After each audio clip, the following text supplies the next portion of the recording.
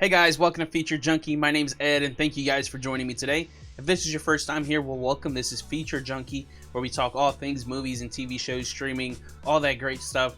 And last night I had the chance to watch the new movie Vengeance, directed by BJ Novak, starring BJ Novak, Issa Rae, Ashton Kutcher, and Boyd Holbrook.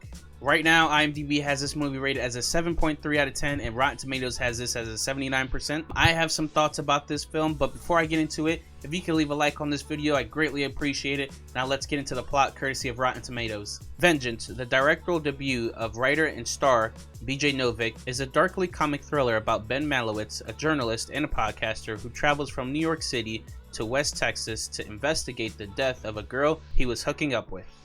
Okay, so first thing first, I went into this movie not knowing anything about it. Leading up to the movie starting, the trailer showed a bunch of horror movies, and I thought that's exactly what I was getting into. But it was very much the opposite of that. The plot says that it's a darkly comic thriller. However, in my opinion, yes, it is a thriller, but I don't think that it's a dark comic.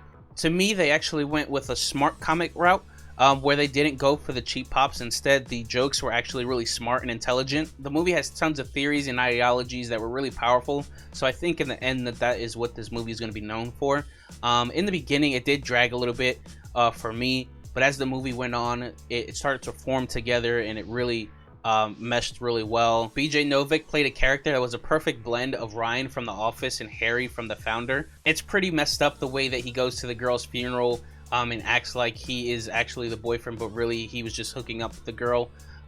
So he's easily hated and dislikable in the beginning of the movie, but it's pretty predictable that we'll see him turn around in the end and start loving the characters from Texas. For me, Ashton Kutcher was my favorite character of the entire movie. I haven't seen him in any movies in a while, but this movie definitely shows that he still has it. He definitely was dropping dimes with the theories the entire movie. One of the examples that Ashton says is, when you're writing, you're really just translating what you hear. And this theory goes on and on throughout the whole film, but it's just a small form of the kind of conversations that they're having in this film. As I translate the last part of this review, I can't help but smile at this movie. The plot was pretty straightforward, but it was really thoughtful and written clearly. This movie, unfortunately, is going to be one of those that goes under the radar, but it certainly deserves its moment in the sun. For me, I can't put it in my top 5 because there wasn't those incredible shots and like gave me goosebump moments, but it's not that type of movie, nor was it trying to be.